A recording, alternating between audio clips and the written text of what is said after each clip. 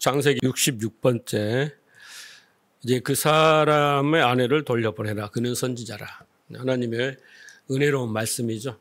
오늘 설교는 참 중요한 말씀인데요. 오늘 설교를 여러분이 잘 깨달으면 나의 인생의 여정 그리고 나의 신앙의 여정을 깨달을 수 있어요. 우리는 그 신앙의 여정이 길잖아요. 많은 오르막 내리막이 있고 많은 사건들이 있잖아요. 그리고 근데 이제 신앙을 시작해서 또 신앙의 여정 속에 많은 일들이 있잖아요. 그래서 뭐 여러 가지 사건들을 경험하면서 왜 이런 일이 났을까? 왜 우리 가정에는 이런 일이 났을까? 내 삶에는 왜 교회는 막 이런 일들이 많잖아요.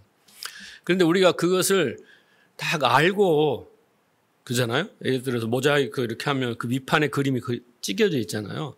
그걸 알면 전체 그림을 다 보고 하나하나 맞춰가는 재미가 있는데 그 밑그림을 모르면 맞출 수가 없잖아요. 마찬가지로 말씀 속에서 그 나의 신앙의 여정과 인생의 여정을 딱 보고 가면 쉬워요. 두려움이 없어요. 믿음으로 가면 됩니다. 그런 것을 알려주는 말씀이 오늘 말씀입니다. 그래서 여러분들이 이 말씀이 믿음으로 딱 자에게 진리가 되면 여러분들 신앙생활인데 아주 수월하고 또 기쁘고 즐겁게 하나님과 관계 속에서 동행하는 믿음의 삶을 살 수 있습니다. 아브라함을 통해서 보여주는 겁니다. 중요합니다. 자, 요즘 이제 세상을 보면 우리나라가 지금 돌아가 있는 것들을 보면은 그 이슈가 뭐냐면 정치적인 이슈입니다. 이슈가 뭐냐면 진실 공방 이렇게 딱 네 자로 말할 수 있을 것 같아요. 그래서 한쪽에서는 진실을 계속 파헤치려고 하고 또 한쪽에서는 그 진실을 덮으려 하고 이렇게 그런 지리멸렬한 싸움이 계속 에너지를 소모하면서 반복되고 그런 것 같습니다. 약자의 입장에서는 진실을 결코 파헤칠 수가 없어요. 네, 약자의 입장에서는. 그래서 힘을 가진 자들은 그 거짓을 덮으려고 더 큰 거짓으로 포장을 하고 덮어버립니다. 그래서 그 진실을 오도하고 꽁꽁 숨겨서 더 거짓으로 진실처럼 이렇게 말하는 거죠. 여러분, 완벽한 진실보다 완벽한 진실에다 거짓을 보태면 더 완벽한 재미있는 진실이 된다는 것 아십니까? 네. 그래서 이 세상에서는 거짓을 이길 수가 없어요. 우리가 정의를 찾고 공의를 찾고 진실을 막 하다가 죽은 사람들이 많잖아요. 그런데 이 세상의 구조가 그렇게 우리는 거짓을 이길 수 있는 방법이 없습니다. 성경에 보면 이 세상을 어떻게 표현하냐면 공허하고 혼돈하고 또 흑암이 깊은 어둠이다 이렇게 표현합니다. 왜 혼돈과 공허와 흑암이냐면 딱 한 가지 이유 때문에 그래요. 뭔지 아세요? 거짓 때문에 그럽니다. 거짓 때문에. 죄 때문이 아니에요. 거짓 때문에 혼돈하고 공허하고 어둠이 깊은 거예요. 거짓 때문에. 그래서 이 세상에서는 진실이 없어요. 진리가 없기 때문에 어둠이고 지옥이다라고 성경은 말하는 겁니다. 그것 때문에 그럽니다. 우리가 죄를 지었기 때문이 아니라 결국 거짓 때문이고 거짓 때문에 속아서 그잖아요. 속아서 거짓을 진리로 믿고 살기 때문에 그게 어둠이고 그게 지옥인 거예요. 그래서 세상 사람들은 거짓에 속아 삽니다. 세상 사람들은. 그래서 속고 속이는 것이 세상의 상식이며 이치이며 삶인 거예요. 이해하시겠어요? 여러분, 운동 경기를 하면 선수들이 뭐냐면 작전이라는 거 뭐냐면 속임수예요. 상대의 눈을 속여서 우리가 승리하는 거. 경제도 그렇고 모든 속에서는요, 이익을 창출해서는요, 속임수가 들어가는 겁니다. 광고도 어떻게 보면요, 과대 광고가 이런 거 있잖아요. 좋게 광고하는 데도 있겠지만 그거 얼마나 되겠어요. 부풀리고 다 속여서 이익을 창출하는 거죠. 이게 거짓이 상식이 됐고 그것이 당연지사하고 이치가 돼서 그렇지 않으면 살 수가 없어요. 이익을 창출할 수가 없어요. 그게 상식이고 그게 우리의 삶이 되었다라는 겁니다. 성경은 하나님이 없는 상태, 하나님의 생명이 없는 상태, 곧 진리가 없는 세상을 거짓의 세상이요 거짓의 아비가 지배하는 사단의 나라라고 분명히 성경은 말합니다. 제 말이 아니죠? 맞죠? 그래서 세상 임금이 뭐냐면 사단이고, 사단은 거짓의 상징입니다. 사단 그러면 여러분 뿔 달리고 막 이게 아니라 거짓의 상징이에요. 마귀가, 사단이 창세기 3장에 등장하잖아요. 근데 뭐죠? 거짓으로 네가 하나님처럼 되고 또 죽지 않으리라, 이 거짓 아닙니까? 이 세상은, 세상 임금은, 이 세상을 지배하는 것은요, 각 나라의 왕들이 지배하지만 그 왕들까지도 지배하는 게 뭐냐면 결국은 사단이며, 사단은 거짓의 대명사입니다. 그래서 이 거짓의 시작은 어떻게 시작되냐면요, 이 세상의 창조가 아니라 진화되었다로 그렇게 시작합니다. 그래서 그 진화 속에서부터 어떤 목표와 가치와 이제 모든 세계관, 이 속에서 인생이 이제 펼쳐지게 되는 겁니다. 그래서 네가 하나님처럼 왕처럼 살아라, 이게 이제 사단의 나라에서 그 거짓이 우리에게 말해주는 내용입니다. 자, 그러면 우리가 왜 하나님을 믿고 구원을 받은 자들이 왜 성경을 공부하고 설교를 들어야 하는 이유가 뭐냐면, 이 세상의 진실을 알기 위해서 하는 거예요. 이 세상이 어떻게 시작되었으며, 이 세상은 어떻게 살아야 되며, 무엇을 위해서 어떻게 살아야 되며, 이런 모든 진실, 거짓이 아니라, 그죠? 진실을 알기 위해서 우리는 하나님의 말씀을 들어야 되는 겁니다. 왜냐하면 이 세상의 진실은 이 세상을 창조하신 하나님을 통해서만 알 수 있습니다. 그렇잖아요. 창조주가 모든 진실을 말하고 있잖아요. 내가 왜 욥한테 하나님 뭐라 합니까? 너는 내가 하늘에 기초를 놓고 땅에 기초를 놓을 때 태어났냐? 내가 왜 해를 만들고 별을 만들고 바다에 짐승을 만들지 않으냐? 몰라요. 하나님밖에 몰라요. 그래서 우리는 이 창조주이신 하나님을 통해서만 그 진실을 알 수 있습니다. 그래서 하나님을 알고 진리이신 하나님의 뜻을 분별하기 위해서 성경을 우리가 공부를 해야 되는 겁니다. 우리 속에서 막 나오는 게 아니라 성경을 통해서 아는 거예요. 어떤 분들은 성경을 가지고 복을 받거나 뭐 문제를 해결하거나 기적을 체험하거나 어떤 신비한 일을 경험하거나 이런 지침서로 알고 성경을 펼쳐놓고 이렇게 해봐라 저렇게 해봐라 자꾸 무엇을 해라고 이렇게 정용하는데, 하지만 성경은 그런 책이 아닙니다. 이 세상의 진실을 알려주는 책이다. 그래서 왜 우리가 하나님을 알고 하나님의 뜻을 분별해야 되는가? 그것은 어둠, 그리고 이 거짓의 세상에서 빠져나와서 빛의 세상, 그 세상에서만이 행복할 수 있기 때문에 그렇습니다. 그러니까 어둠, 그 거짓의 세상 속에서는 서로 속고 속이고 물고 무릎뜯고 그렇게 살다 보니까 전쟁이 일어나고 갈등과 다툼과 분쟁이 일어나면 지금 세상이 펼쳐지고 있는 일들이 일어나는 것이 어둠의 세상이에요. 네. 거기에서 빠져나와서 빛의 세상에서 살아야 우리가 진정한 행복한 삶을 살 수 있기 때문에, 그래서 우리는 하나님의 뜻을 알고 깨달아서 그것이 우리에게 진리가 되면 그게 믿음이라고 그랬잖아요. 그래서 그 믿음을 가지고 살아가면 이 빛의 세상에서 세상과 구별된 행복을 진짜 인간답게 행복하게 살 수 있다라고 성경이 말씀하고 있기 때문에 그렇습니다. 그래서 여기서 믿음이라는 것은 우리가 믿습니다, 인간의 주체가 되고 인간의 의지서에 발동되는 그런 믿음이 아니라 알고 깨달아서 신비에 새겨져 그 말씀이 진리가 되었을 때 그걸 우리는 믿음이라고 했잖아요. 그 믿음에 이를 수 있습니다. 그래서 어떻게 해야 돼요? 기독교는 열심히 공부하는, 성경을 공부하는 종교다라는 것입니다.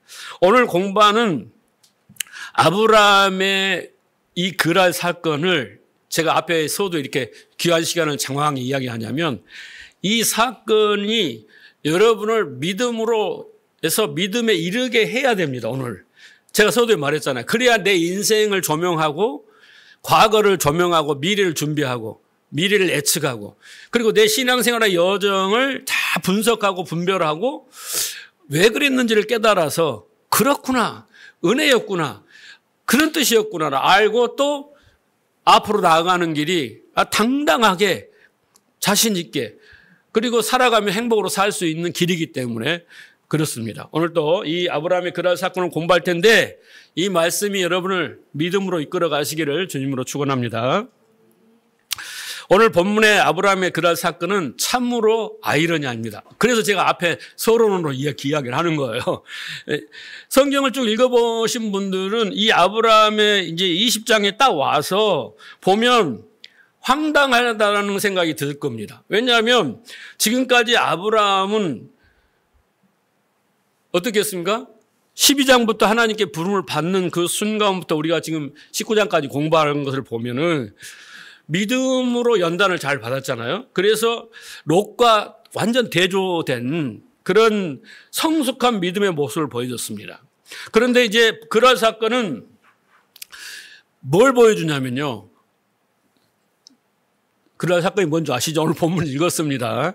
그랄 사건은 우리가 그 아브라함에게 소망을 가지고 우리도 아브라함처럼 될 수 있어. 아브라함 화이팅! 이제 아브라함이 엄청 믿음에 성숙했구나. 환호하고 그런 우리에게 아연실색해 하는 정말 우리의 소망을 그냥 짓뭉개는 그런 행동을 하고 있다는 거예요. 그래서 우리는 과연 아브라함이 마음의 할례를 받았는가? 과연 아브라함이 진짜 믿음 있는 사람인가? 왜 이런 사람이 믿음의 조상이 될 수 있단 말인가? 라는 의문을 갖게 됩니다. 어떻게 보면 아브라함이 한편으로 바보처럼 보입니다. 어리석게 보이는 거예요. 그러나 감히 욕은 못해요.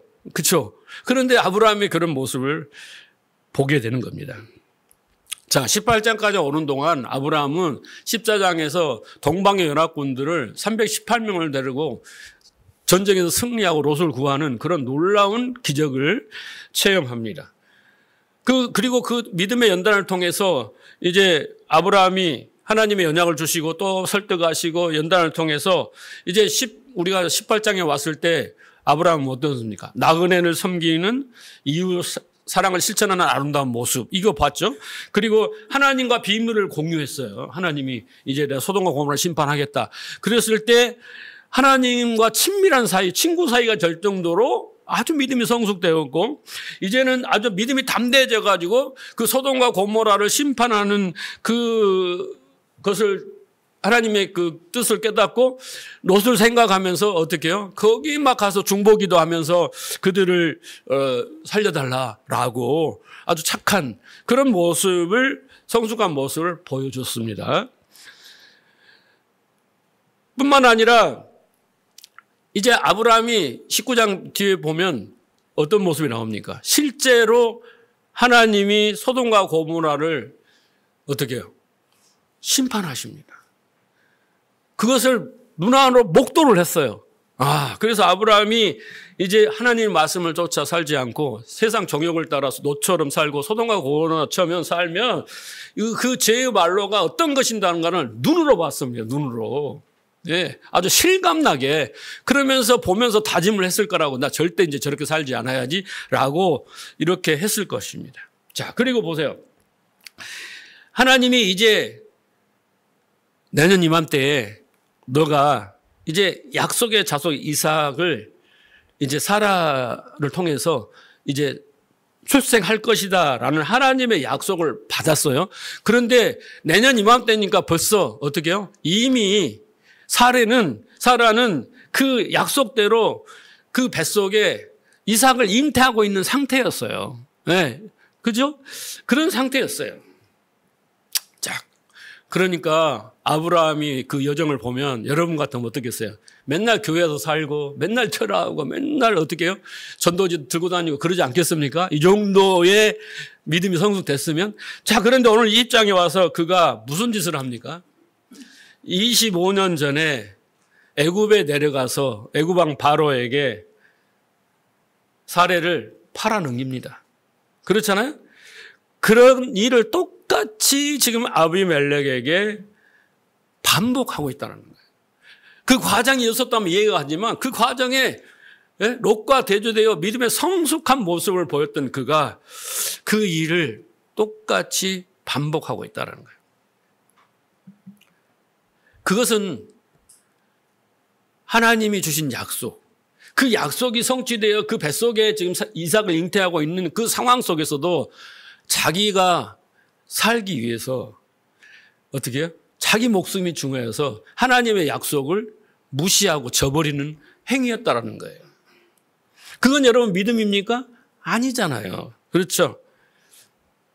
그래서 아마 이제 아브라함이 하나님의 약속을 소중히 여겼고 그리고 믿음이 더욱 성숙됐고 사라가 잉태할까지를 깨달았다면 어떻겠을까요? 정의로운 남자라면 자기 목숨을 걸더라도 아내만은 살려주십시오. 아내는 하나님과 약속을 했고 후손이 태어나야 됩니다. 그게 하나님의 약속이었으니까 차라리 나를 죽이십시오 하고 막 가서 어떻게 해요? 대신 죽겠다고 그렇게 해야 되는데 자신의 안전과 안일만을 챙기고 사라를 넘겨주는 어떤 아주 소인배의 모습을 보여주고 있습니다.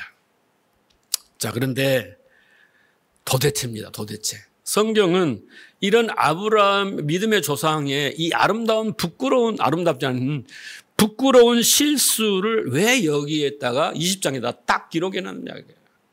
성경의 크라이막스는요, 아브라함의 크라이막스는 20장이에요. 21장에 가면 이삭을 하나님께 모래에 드리잖아요. 그게 크라이막스가 아니에요. 오늘이 크라이막스예요, 오늘이. 하나님이 우리에게 주는 크라이막스는 오늘이고 우리가 바라는 크라이막스는 22장이란 말입니다. 왜 그 부끄러운 실수를 여기다 기록했느냐 이 말이에요. 그래서 다른 사람이 성경 읽다 보면 기독교 뭐야. 믿음이 여기까지 왔다가 정점이 내가 뚝 떨어져 버렸네. 다시 원점이네. 뭐 이런 부끄러운 거잖아요. 하나님 입장에서 보면 잘 이렇게 끌고 왔다가 뚝 추락해 버렸으니까 좀 석연치 않고 그렇잖아요. 체면이 손상되고. 그런데 하나님은 여지없이 아브라함의 부끄러운 실수를 여기에 딱 기록을 했다라는 것입니다. 그래서 그 이유는 성경을 읽는 독자들에게, 교회에게 하나님은 어떤 메시지를 주는 게 더 중요한 거예요. 하나님 체면보다. 좋은 모습만 막 이끌어간 게 아니라, 능력 있는 모습만 이끌어간 게 아니라 이런 하나님의 계획 속에, 이 과정 속에 어떤 모습이 상관없이 하나님이 우리에게 주시고자 하는 메시지가 있다는 거예요. 우리는 성경을 공부하고 설교를 들으면서 그 메시지를 분별해내는 게 중요해요. 그것을 우리가 하나님이 우리에게 주기 위해서 줬는데 우리가 그걸 분별하지 않고 다른 식으로 해석하고 다른 것을 이용하면 어떻게 되겠습니까? 그래서 우리가 그 뜻을 분별하지 못하면 은혜를 누릴 수가 없어요. 믿음에 이를 수가 없습니다. 그래서 겨우 아브라함처럼 살자, 아브라함처럼 하지 말자, 이런 정도의 수준밖에 말할 수 없습니다. 자, 그래서 오늘 본문을 잘 이해하시기 위해서는 우리가 20장의 이 에피소드가 어떤 맥락에서 흐르고 있는지 전체 문맥을 보는 게 참 중요합니다. 이 부분만 딱 떼어놓고 보면 또 실수했네 이렇게 나오지만 전체적인 문맥에서 보면 엄청난 실수를 한 거예요. 네, 엄청난 실수를 한 거예요. 네? 그래서 이 문맥을 잘 보고 그 문맥의 흐름 속에서 이 20장이 이 그랄 사건이 무엇을 이야기하고 있는지를 잘 분별해야 됩니다. 자, 우리는 창세기 15장에서 하나님이 뭘 하시냐면요. 아브라함이 왜 후손을 주시지 않습니까? 내 종 엘리에셀을 그 아들을 통해서 얻어야 됩니까? 막 이렇게 했을 때 하나님이 데리고 가서 어떻게 합니까? 횃불 언약을 하죠. 횃불 언약합니다. 짐승을 잡아서 쪼개고 그 사이로 이제 하나님만 지나가시는 그 횃불 언약을 우리가 설명을 했습니다. 자, 그러니까 이 하나님의 이 횃불 언약식은 뭐냐면 하나님의 언약은 한마디로 이런 거예요. 인간 쪽에서는 얼토당토 않는다. 인간 쪽에서는 어떤 숟가락도 얹을 수 없고 먼지 하나 얹을 수 없다. 이 말이에요. 그 어떤 인간의 근거나 조건이나 자격이나 뭐 충성이나 헌신이나 그 정성을 통해서 이룬 것이 아니라 하나님이 쪼개짐에 의해서, 그 쪼개짐이 뭡니까? 십자가잖아요. 예수 그리스도 십자가의 상징이잖아요. 쪼개짐에 의해서 완성된다는 은혜의 언약을 설명하는 최초의 말하자면 복음인 거예요. 자, 그리고 16장에 와서 그럼에도 불구하고 아브라함과 사레가 생각하는 게 뭐냐면 하갈을 통하여 이스마엘을 내놓습니다. 그건 인간 쪽에서 내놓은 산물이에요. 하나님, 이 방법으로도 후손을 얻을 수 있지 않습니까? 아주 해맑은 지식이죠. 지혜죠. 하나님은 뜻이 있는데, 그런데 하나님은 인간은 그것이 아니라 인간의 방법으로 그걸 내놓는 거예요. 그게 우리는 자기의라고 하는 거예요. 인간의 방법으로 내놓고 이렇게 후손을 이어가도 되지 않습니까? 라는 것이 16장입니다. 그래서 하나님이 어떻게 해요? 13년 동안 86세에 그랬잖아요. 그래서 13년 동안 9세까지 아브라함이 나타나질 않아. 하나님이 침묵하십니다. 그리고 17장에 와서 하나님이 할례 언약을 행하라 그러잖아요. 할례 언약. 그 할례라는 것도 뭐예요? 쪼개짐이라 그랬잖아요. 쪼개짐이요. 이제 육적인 자손은 끝났다. 하나님의 쪼개짐에 의해서 이제 영적 자손이 이제 태어나는, 하나님이 주시는 진짜 후손이 태어난다는 상징적으로 증표로 하나님이 할례를 행하라 이렇게 명령하시죠. 하나님의 쪼개짐, 횃불 언약처럼 쪼개짐으로 이 언약이 이루어질 거라는 그 은혜의 말씀을 주신 것입니다. 그래서 하나님은 그 쪼개지심으로 하나님의 택한 백성들에게 이제 그 흔적을 몸에다 새기게 하시는 거예요. 잊어보지 말라고, 기억하라고. 그리고 그 은혜를 그대로 그 몸에 전가시켜 주겠다라는 식으로 해서 할례를 행하라고 했습니다. 우리가 17장을 공부할 때 세 가지를 공부를 했습니다. 완전하라, 언약을 지키라, 할례를 행하라. 이건 명령이라고 그랬잖아요. 그런데 이 명령은 우리가 행할 수 있다 없다? 없어서 하나님이 명령하시지만 그 속에는 언약이라고 했어요. 하나님이 너를 완전한 자로, 내 마음과 뜻이 딱 합한 자로, 그리고 내 언약을 마음에 새기고 기둥을 세우고 붙들고 사는 자로, 그리고 할례를 행하는 자로 내가 만들겠다라는 명령과 동시에 언약으로 선포하신 말씀이다라는 것을 우리는 공부를 했습니다. 그래서 하나님은 계속해서 무엇을 성경을 이야기를 하고 있냐면요. 그 언약의 자손이 태어나는 것. 하나님의 쪼개지심으로 그 언약의 자손이 태어나는 것은 인간 쪽에서 어떤 근거는 X. 기각을 시키는 거예요. 인간이 내는 어떤 지혜나 전략이나 뭐 정성이나 이건 다 기각시키시고 오로지 하나님의 은혜로만 그 언약의 자손이 탄생할 수 있다는 것을 계속 12장부터 말씀하고 계시는 것이에요. 그걸 깨닫기 위해서. 자, 그런데 아브라함이 그 할례의 언약을 받고서도 이제 어떻게 했냐면요. 하나님을 전적으로 신뢰하지 못합니다. 자, 17장 16절에 보면 어떤 일이 있느냐면요. 내가 그에게 복을 주어 그가 내게 아들을 낳아주게 하며 내가 그에게 복을 주어 그를 여러 민족의 어머니가 되게 하리니 민족이 여러 왕이 그에게서 나리라. 이럴 때 아브라함이 엎드려 웃으며 마음속으로 이르되 100세 된 사람이 어찌 자식을 낳을까? 사라는 90세니 어찌 출산을 하느냐 하고 비웃습니다. 근데 하나님은 그를 100세까지 끌고 갈 이유가 있었어요. 그런데 그걸 모르니까 그냥 과학적이고 생리적으로 자기 자신의 판단으로는 비웃음밖에 안 나오는 거예요. 하나님이 하시는 일이. 이게 못 믿는 거죠. 이게 아브라함만 웃는 게 아니라 사라도 비웃어요. 18장에 가면 12절 보세요. 사라가 속으로 웃으며 이렇게 되는 거예요.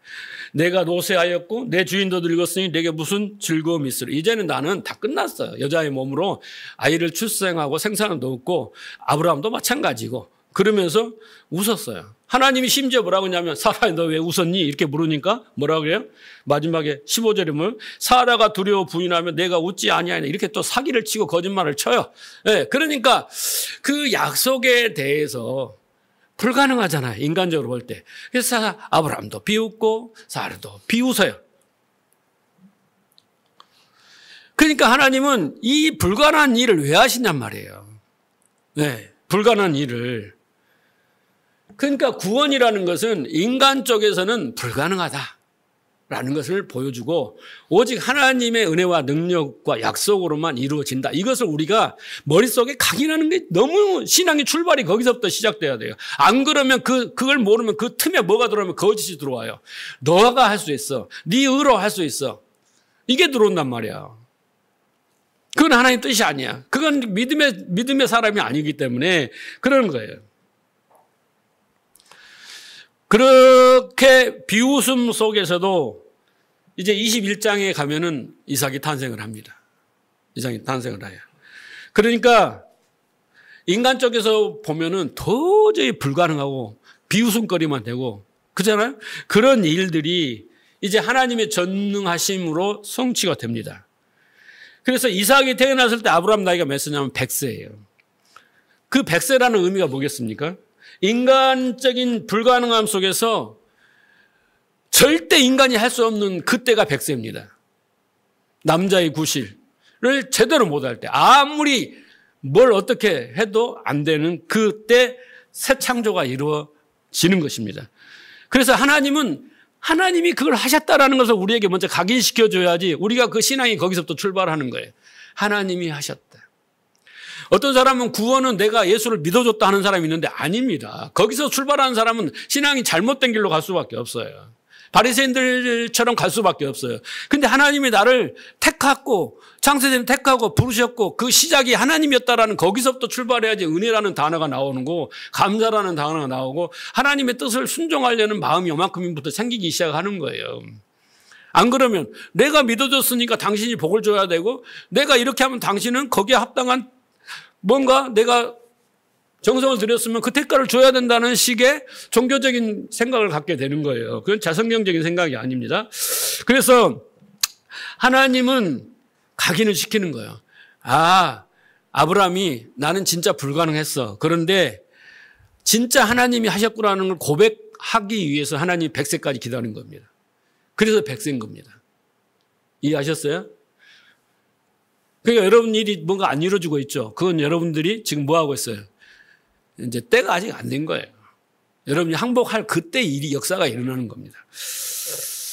자, 그래서 오늘 본문은 인간 쪽에서는 절대 불가능함을 자꾸 선언하시고 증명하시는 거고 하나님의 전능하심에 의해서 그 후손이 탄생된다는 것을 이야기하고 그 사이에 오늘 그랄 사건이 들어있습니다. 이해하셨죠? 그래서 아브라함의 어떤 인간됨이나 아브라함이 내놓은 신앙의 성숙이나 내가 잘하겠습니다는 각오나 결단이나 이런 것 전혀 상관없이 오직 하나님의 은혜로만 이 창조가 이루어지고 구원이 이루어진다는 것을 보여줍니다. 그래서 자꾸 뭘 보여줘야 되겠어요? 아브라함의 무능력하고 불가능한 것을 자꾸 하나님은 증명하기 시작합니다. 그러니까 여러분은 계속 하나님 앞에 뭔가 내가 해볼게요. 더 잘해볼게요. 막 이것을 증명하려고 막 하지만 하나님은 그거 아니야. 절대 너는 그럴 수 없어. 오히려 너는 무능력해. 불가능해. 그걸 계속 그 싸움을 싸우는 게 누구예요? 야곱이에요. 야곱. 그래 야복강 가면 무너집니다. 그 싸움을 하고 있는 거예요. 그래서 그것을 증명하시고 이제 그럼에도 하나님은 네가 별 난리 짓을 해도 나는 너를 약속했기 때문에 그 약속을 너에게 지키고 이룬다라는 것을 보여주는 겁니다. 그래서 이렇게 전혀 이해할 수 없는 아브라함의 실수가 이삭의 탄생 앞에 딱 등장하는 거예요. 여기서 좀 더 발전된 믿음의 성숙을 보였다면 그것 때문에 이삭이 탄생 줬다. 이제 때가 돼서 죽고 자격이 돼서 이렇게 되는 건데 여기서 딱 아브라함은 더 추락을 하잖아요. 그렇죠? 추락을 한 상태에서 하나님은 그럼에도 그 추락과 상관없이 이삭이 탁 태어나는 거예요. 그걸 뭘 말하겠어요? 네. 하나님의 약속을 하나님이 이루신다. 내 약속과 계획은 네가 난리를 치고 무슨 짓을 해도 영향받지 않고 한다라는 것을 보여줍니다. 지금 이 아브라함과 아빌렉의 이야기는요. 창세기 12장부터 이렇게 쭉 흘러내려오면 금방 이해하기 쉽습니다. 자, 12장에 이게 보면 3절을 보세요. 너를 축복하는 자에게 내가 복을 내리고 너를 저주하는 자에게 내가 저주하느니 땅의 모든 족속이 너로 말미암아 복을 받. 이게 뭡니까? 너는 이제 복의 근원이 될 거야. 네가 축복하면 그가 복을 받을 거, 네가 저주하면 복 받.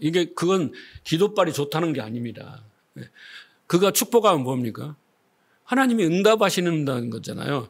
그러니까 우리의 축복권은 천국문의 열쇠를 가지는데 복음을 증거하는 것이 우리의 축복권이에요. 복음을 증거하고 증명하고 사는 것이 우리의 축복인 것입니다. 자, 그런데 이제 네가 축복하고 저주하면 그대로 이루어줄게. 천국문의 열쇠를 줄게. 이런 거거든요. 자, 그런데 보세요. 20장 17절 오늘 본문에 보면 아브라함이 하나님께 기도하며 하나님이 아비멜렉과 그 아내와 여종을 치료하사 출산하게 하셨으니 됐잖아요. 지금 아비멜렉이 다 태가 다치고 집안에 망하게 돼 있잖아요. 근데 하나님 가서 아브라함의 기도를 받아라 그러잖아요. 아브라함이 어떻게 축복하니까 태의 문이 열리고 다 구원이 일어나는 거예요. 그러니까 아브라함은 아무리 파렴치한 짓을 해도 하나님은 그 파렴치한 때문에 뭘 안 하시는 것이 아니라 그를 도구로 삼아서 하시는 하나님이에요. 그런데 그 파렴치한 짓을 하면서도 뭐가 되었어? 그러니까 나를 축복하셨구나. 나라고 없으면 안 되지. 이따위 생각을 버려야 된다는 그거죠. 그래서 아브라함이 무슨 대단한 신앙의 경지에 이르렀다거나 뭐 잘나서가 아닙니다. 아브라함은 지금 자기 아내를 팔아먹는 이 파렴치한 짓을 한 그때 하나님은 기도해라고 선지자라고 이야기를 해주시는 거예요. 아브라함이 똑똑해서 믿음이 좋아서요? 아닙니다. 하나님이 약속하신 것을 증명하기 위해서. 그러니까 우리는 뻔뻔스러운 줄을 알아야 되는데 우리가. 근데 우리는 착각을 한다니까. 내가 안수하니까 막 잘 되더라. 막 다 병이 났더라. 뭐가 했더라. 착각을 하는 거예요, 우리가.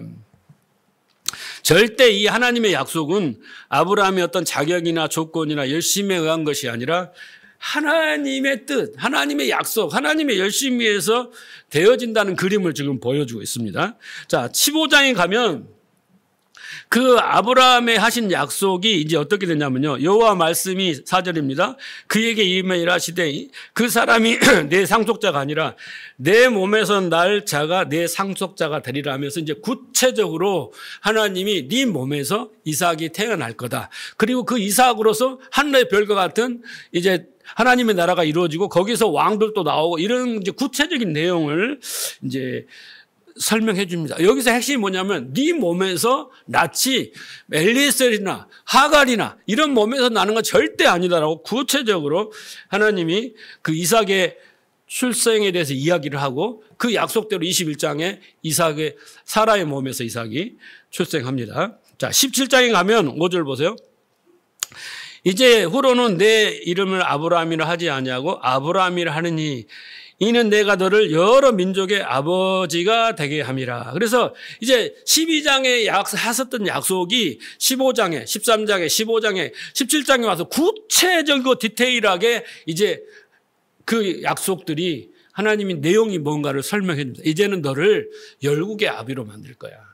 아브라함이라고 하지 않고 이제 아브라함이라고 할 거야. 라는 내용들이 계속 어떻게 해요? 약속을 통해서 하나님께서 점점 구체적으로 이렇게 설명을 해 주고 있습니다. 그것은 우리에게도 똑같아요. 그 아브라함에게 했던 내용들이 우리에게도 똑같이 이루어지고 있다는 것을 여러분 아셔야 됩니다. 그리고 이제 생각을 해보십시오. 여러분, 아브라함에게서 만약 이삭이 태어나지 않으면 어떻게 될까요? 하나님의 약속과 12장부터 아브라함을 불러서 하는 약속과 창세기부터 이렇게 한 약속들은 다 허사가 돼버린 거예요. 얼마나 중요합니까? 이삭이 태어나는 문제는 한 사람이 죽고 살고 뭐 태어나고 안 태어나고 문제가 아닙니다. 하나님의 지금 창세기 1장부터 쭉 모든 인류 역사를 해오면서 20장까지 오면서 하나님의 앞으로 쭉 예수 그리스도가 오고 이렇게 모든 핵심에 누가 있어요 지금? 이삭이 있는 거예요. 엄청난 사건입니다. 그러니까 아브라함을 통해서 사라를 통해서 이삭이 태어나지 않으면 큰일이 나는 거예요. 하나님 입장에서는. 그러니까 어떻게 해요? 아브라함이 아무리 파렴치한 일을 해도 하나님의 역사는 하나님의 뜻은 이루어지고 있다라는 거죠. 그런데 아브라함은 그 상황 속에서 어떻게 해요? 이삭을 잉태한 사라를 어떻게 사라를 그랄 왕 아비멜렉에 내주었더라라는 거예요. 얼마나 파렴치합니까? 얼마나 무지합니까? 그렇죠? 그래서 하나님이 막으시는 이유가 그거예요. 아브라함의 행위를 보면 뭘 맡기는 그냥 버리고 다른 사람을 물색해야 되는 상황 아닙니까? 그런데 하나님은 언약 때문에 창세전에 언약을 했잖아요. 언약 때문에 하나님의 계획 때문에 네? 이삭을 통해서 허다한 무리가 태어나야 하기 때문에 하나님은 어떻게 해요? 아브라함을 버리지 않습니다. 그 파렴치 않은 행동을 하고 그 무지하고 그래도 버리지 않습니다. 고쳐 쓰시죠. 만들어 쓰시죠. 그게 하나님의 은혜입니다. 자, 사도 바울은 이렇게 묘사합니다. 고린도서 1장 보세요. 26절. 형제들아 너희를 부르심을 보라. 육체를 따라 지혜로운 자가 많지 아니하며 능한 자가 많지 아니하며 문벌 좋은 자가 많지 아니하는도다. 그러나 하나님께서 세상에 미련한 것들을 택하사 지혜 있는 자들을 부끄럽게 하시고 세상에 약한 것들을 택하사 강한 것들을 부끄럽게 하려 하시며 하나님께서 세상에 천한 것들과 멸시받는 것들과 없는 것들을 택하사 있는 것들을 폐하려 하시나니 이는 여기 보세요. 이유가 이거가 있어요. 아무 육체라도 어떤 인간이라도 하나님 앞에서 자랑하지 못하게 하려 하십니다. 그러니까 고tum의 인간의 어떤 자랑거리가 생기는 순간부터 이건 큰 거짓의 나라로 가는 거예요. 그러니까 우리는 철저하게 하나님 앞에서 그 하나님의 뜻과 은혜와 약속에 감사부터 출발을 해야 돼. 믿음부터 출발해야 된다는 거예요. 오늘 본문을 지금 이렇게 이야기를 하고 있는 겁니다. 그러니까 여러분 이 세상에 미련하고 약하고 천하고 멸시받고 없는 것의 모형이 누구냐면 바로 아브라함이에요. 네? 어머니 저를 왜 이렇게 낳으셨나요? 이렇게 미련하고 약하고 천하고 멸시받고 없는 모형이 여러분이에요. 저예요. 이해하시겠습니까? 우리는 자꾸 우리가 영리하고 강하고 천하지 않고 당당하고 자부심, 자긍심, 자만심 이런 존재를 자꾸 만들려고 하는데 그런 존재가 하나님 일을 하게 되면요. 자기 영광을 취하다가 소돔과 고모라처럼 되는 거예요. 그것이 하나님의 목적이 아니거든요. 우리가 인간이 얼마나 자존심이 강하든지 하나님이 우리가 정말 하나님을 믿겠습니다 하고 무릎을 꿇고 자기를 부인하는 자리는요. 자기가 얼마나 천하고 미련하고 멸시받고 없는 것인가를 깨닫는 거예요. 그 자리에서 우리는 하나님 앞에 부보박고 엎드려 경외하게 되는 거예요. 그게 복인데. 네?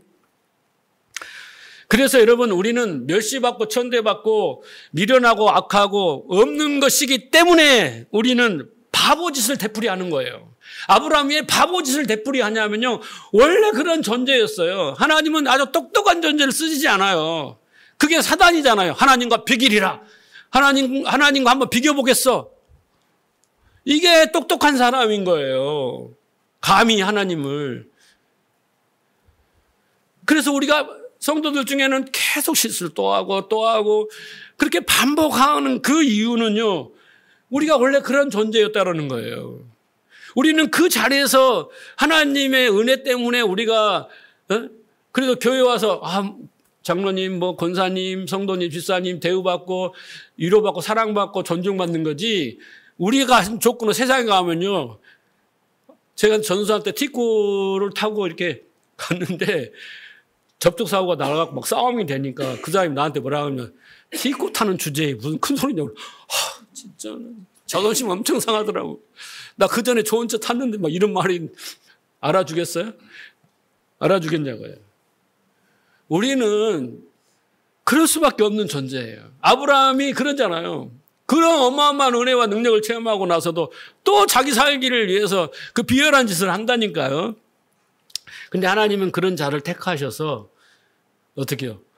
그렇지 않는 자들을 부끄럽게 하시고 어떻게 해요? 그에게 믿음을 줘서 그를 거룩해 해서 네? 그 하나님이 그를 붙드심으로 보석과 같은 존재로 세상에 자랑하고 싶으신 거예요. 잘 우리가 새겨드려야 됩니다. 그렇다고 여러분 예수 믿는 사람들이 다 바보, 천치다, 가난하다, 보잘것없는 사람이다. 아니에요. 구원에 있어서 하나님 앞에서 먼지만큼이라도 자신의 자격이나 근거를 제시하지 말라는 거예요. 그래서 무조건적 선택, 조건 없이 선택, 전적인 하나님의 은혜. 우리는 전적인 타락에서 이런 그런 교리가 있잖아요. 장로 교리가. 그런 거예요. 그래서 우리가 오늘 본문을 보면요. 자칫 하나님을 은혜를 우리가 잊고 택함을 받았기 때문에 어떤 실수라도 용서를 받는다라는 그런 구원받고 믿음에 이르게 된다는 그런 방종에 초점이 있는 게 아닙니다. 자칫 방종으로 빠질 수 있는데 그것이 아니라 하나님은 그토록 보잘것없고 불가능한 자들에게 은혜로 찾아오셔서 오직 당신의 사랑과 은혜와 그 능력과 그 지혜로서 우리를 건져내신다는 그 은혜에 초점이 있는 겁니다. 제가 늘 그러잖아요. 여러분 설교를 들으시고 하나님 참 좋으신 분이라 그러면 설교가 성공한 거예요. 내가 하나님을 더 사랑해야겠고 더 하나님 의지해야겠다 이런 마음이 들면 성령이 감동하신 거고 또 뭘 이렇게 해야 되냐. 막 맨날 죄졌다고 뭐라고 죄책감이 시달리고 뭔가 부담을 가지고 수고하고 무거운 짐을 해야 된다는 말씀으로 들리면요. 그게 거짓이에요. 성경은 그걸 말하지 않습니다. 때로는 하나님이 진노하시고 심판하고 막 이런 것도 무서운 것도 있지만 그것은요. 소돔을 심판하는 것은 여러분 롯을 구하기 위한 것이고 아브라함을 깨우치기 위한 것이에요. 당연히 그들은 심판받아야 될 일이지만 그러니까 그걸 잘 여러분 이해하셔야 됩니다. 자, 고린도 1장 30절을 보십시오. 너희는 하나님으로부터 나와서 그리스도 예수 안에 있고 예수는 하나님으로부터 나와서 우리에게 지혜와 의로움과 거룩함과 구원함이 되셨으니 기록된 바 뭐라고요? 자랑하는 자는 주 안에서 자랑하라. 우리는 자신을 자랑하고 자신을 증명하기 위해서 온 힘을 쏟는 것이 바로 그게 죄의 자리예요.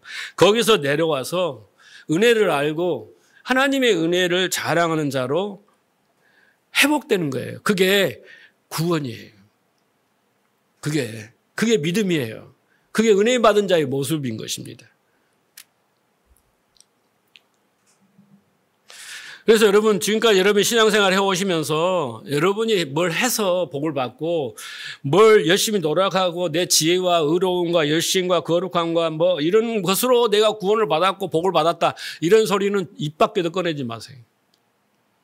여러분은 좀 가면요 아브라함처럼 약속의 자녀를 잉태한 그 사례를 넘기고 팔을 사람들이에요. 저나 여러분은 그런 상황이 안 와서 그럴 뿐이지. 그 상황에 대한 우리는 그렇게 하고도 남은 사람들인 거예요. 그렇게 자신의 안정과 안위를 위해 2번씩이나 아내를 팔아먹는 아브라함, 심지어 그 약속의 자녀가 잉태한 것에 대해서 하나님 약속까지도 무시하고 서슴없이 그러하게 내어주는 아브라함의 그 불가능하고 무력한 모습이 바로 우리들의 모습이다. 여기에서 신앙은 출발해요. 그래야지 은혜가 뭔가를 알기 시작하는 거예요.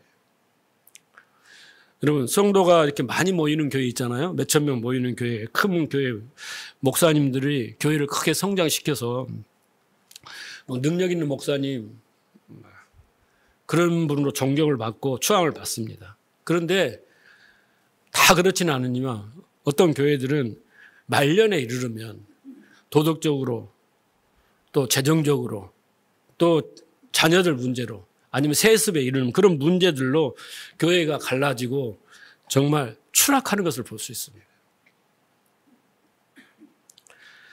교회가 성장하면요. 많은 사람들은 그렇습니다. 하나님이 그에게 특별한 능력을 주셨다. 은사를 주셨다. 특별한 사명을 주셨다. 그래서 하나님이 귀하게 쓰신다라고 이구동성으로 말합니다. 이 말이 맞다면 그는 그 모습 그대로 엘리야처럼 가야 됩니다. 엘리야처럼. 네? 그런데 그렇지 않습니다. 막 그런 업적을 자랑하고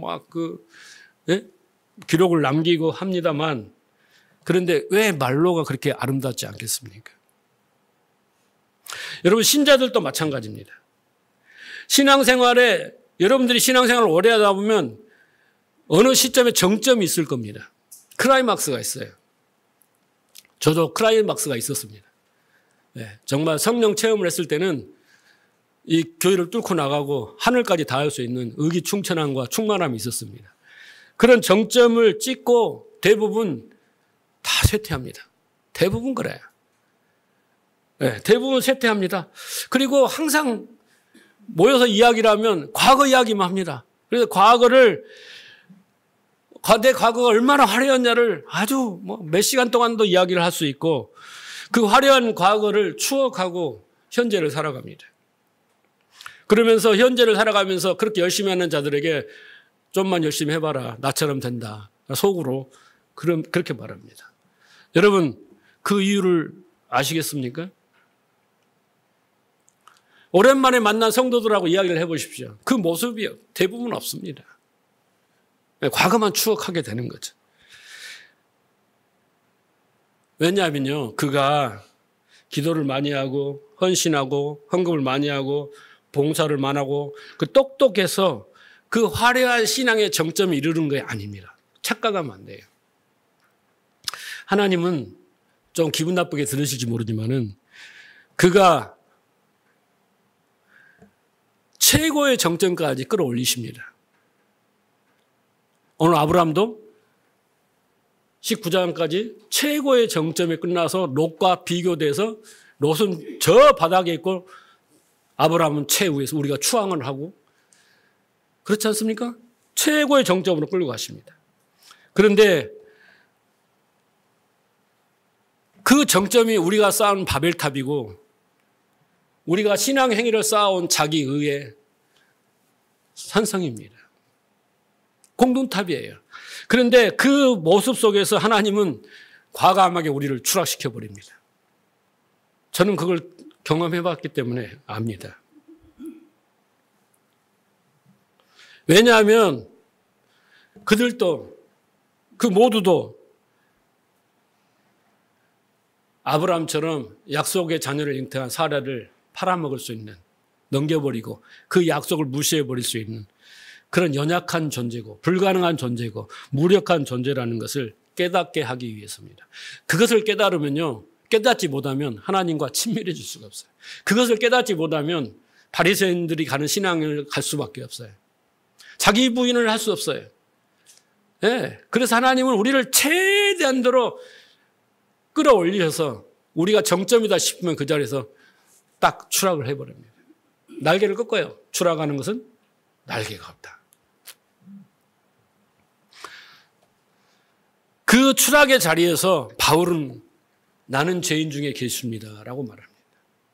그 추락의 자리에서 바울은 내가 유대교에 있을 때 쌓았던 모든 내 의는 신앙의 그 행위와 공적들은 공로들은 다 배설물로 버린다.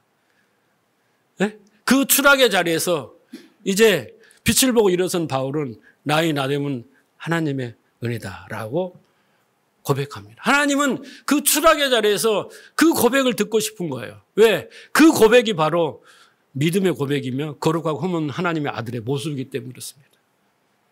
예수님이 그 추락이 어디입니까? 빌립보서 2장에 나왔잖아요. 하나님과 동등됨을 포기하고 인간의 그 몸을 입고 종의 형체로 죽기까지 복종하는 그 순종의 자리가 그 자리 아닙니까? 이런 고백을 하게 된 자들이 말로 하나님의 뜻이 나에게 이루어지고 있는 것입니다. 하나님의 뜻이. 그래서 하나님은 그렇게 불가능하고 무력한 우리에게 찾아오셔서 오직 당신의 은혜로 우리 안에서 새 창조를 시작하는 거예요. 새 창조를. 홀로 창조해 가시는 거예요. 그게 구원입니다. 그래서 우리가 얼마나 무능력하고 무기력하며, 예, 우리가 얼마나 타락한 존재이며 불가항력적인 존재인가. 예, 그런데 은혜 아니면, 우리가 찬양을 불렀지만 은혜 아니면 아니 되는구나라는 것을 확실하게 깨달을 때 그때부터 우리 안에서는요, 자랑이 없어져요. 예, 뭐 달라고 기도도 안 돼요. 자기 부인이 은혜지면 하나님의 은혜에 하나님만을 기뻐하고 즐거워하게 되면 하나님의 영광을 위해서 내가 어떻게 살아야 되나 이런 고민을 하기 시작하는 거예요. 거기에서 항복과 순종이 나오는 겁니다. 거기에서 이웃사랑이 나오는 거예요. 예. 거기에서 진짜 하나님의 기뻐하고 즐거움을 하나님을 위하여 그 인간다운 모습이 거기서 나오는 겁니다.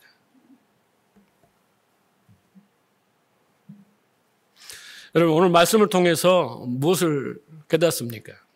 제가 여정을 이야기했잖아요. 인생의 여정, 신앙의 여정이 오늘 본문 속에 답이 그대로 들어있습니다. 네. 여러분은 의문이 많고 긴가민가 하면 우리 답답하잖아요. 그걸 해석하고 이해하고 가면은 쉽게 가벼운 걸음으로 신앙생활을 할 수 있는 겁니다. 아브라함은 아무것도 아닌 지옥의 딸감 같은 존재입니다. 심한 표현이지만.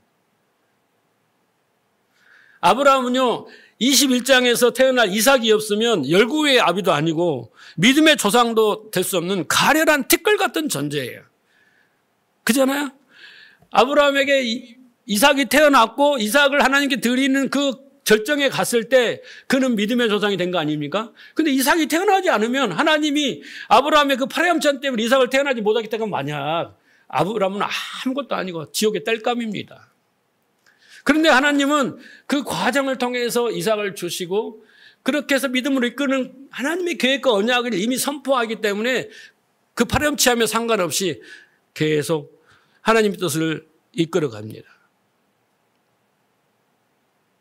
그래서 결국은 열국의 아비, 믿음의 조상이 되게 하십니다. 마찬가지로 우리도 약속의 후손으로 오신 예수 그리스도가 지옥의 땔감 같은 거기에 불과한 우리를 어떻게 합니까?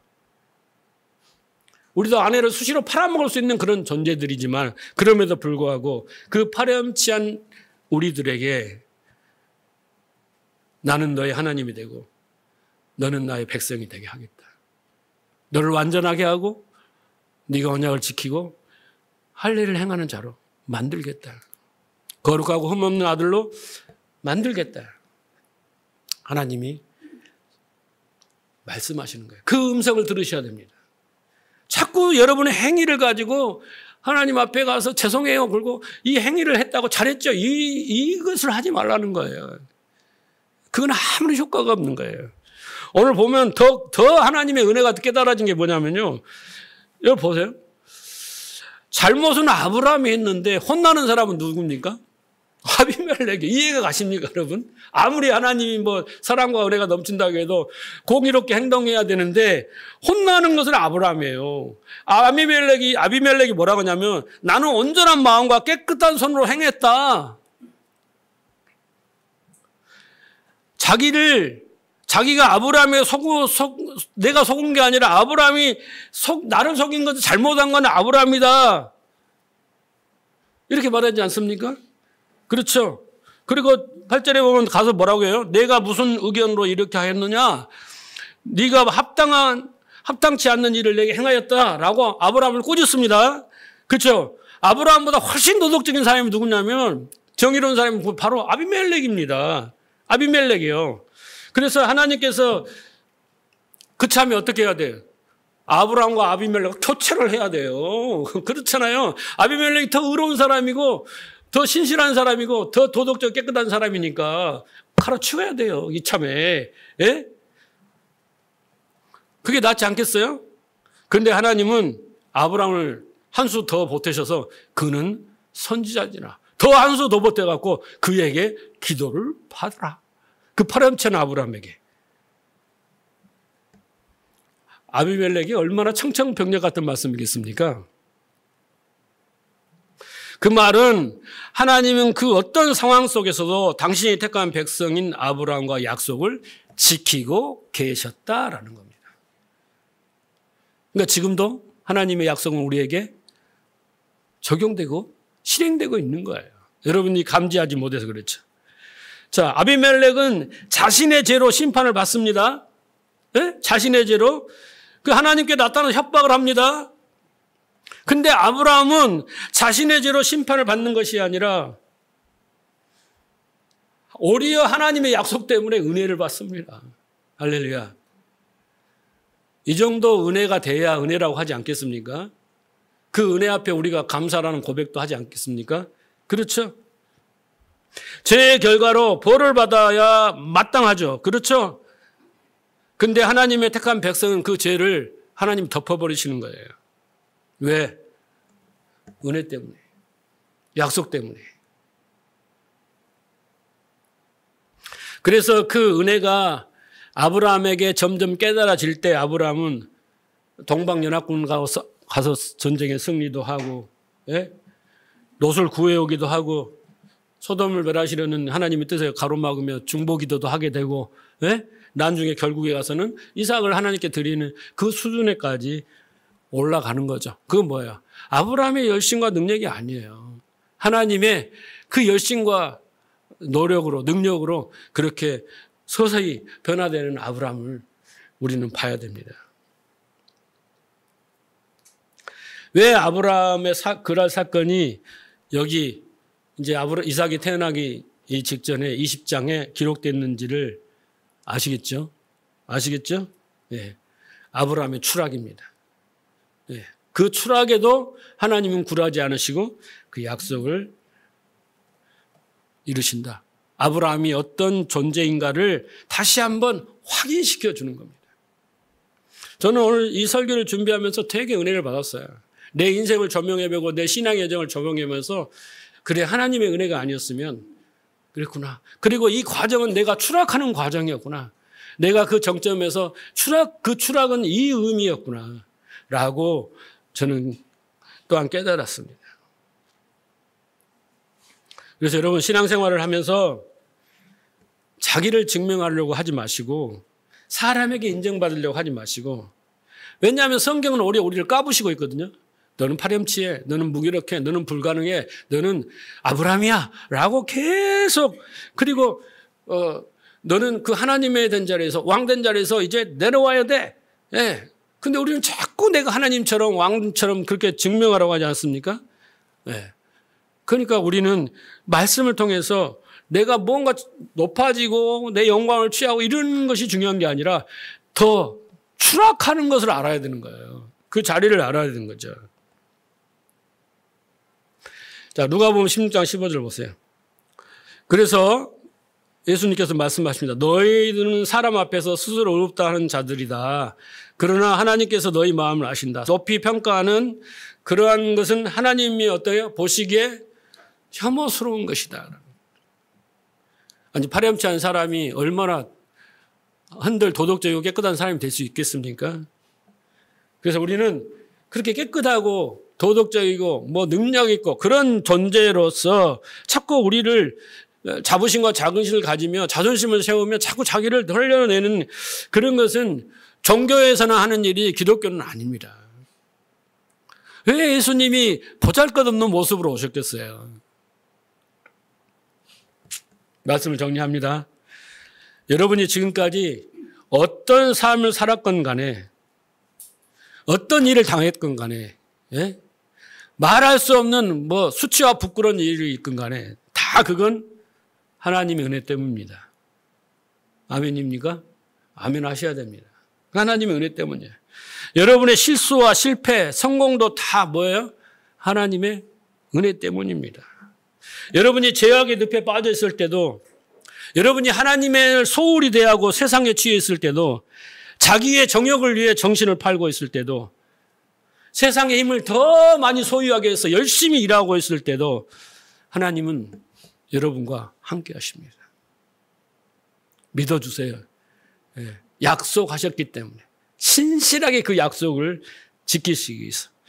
그런다고 여러분이 파렴치한 일을 한다고 해서 하나님은 서운해하시거나 화내지 않으시고 오히려 우리를 망가뜨리고 우리를 더 음해하고 참소하며 또 우리를 괴롭게 하며 사망으로 끌고 가는 그 대적들에게 하나님은 선포하십니다. 이제 그 사람의 아내를 돌려보내라. 그는 선지자니라. 나의 말씀을 맡은 자니라. 내가 언약한 자니라. 하나님은 그렇게 우리를 보호하시고 지키십니다. 뭐가 두렵겠어요? 두려워 말라. 두려워 말라.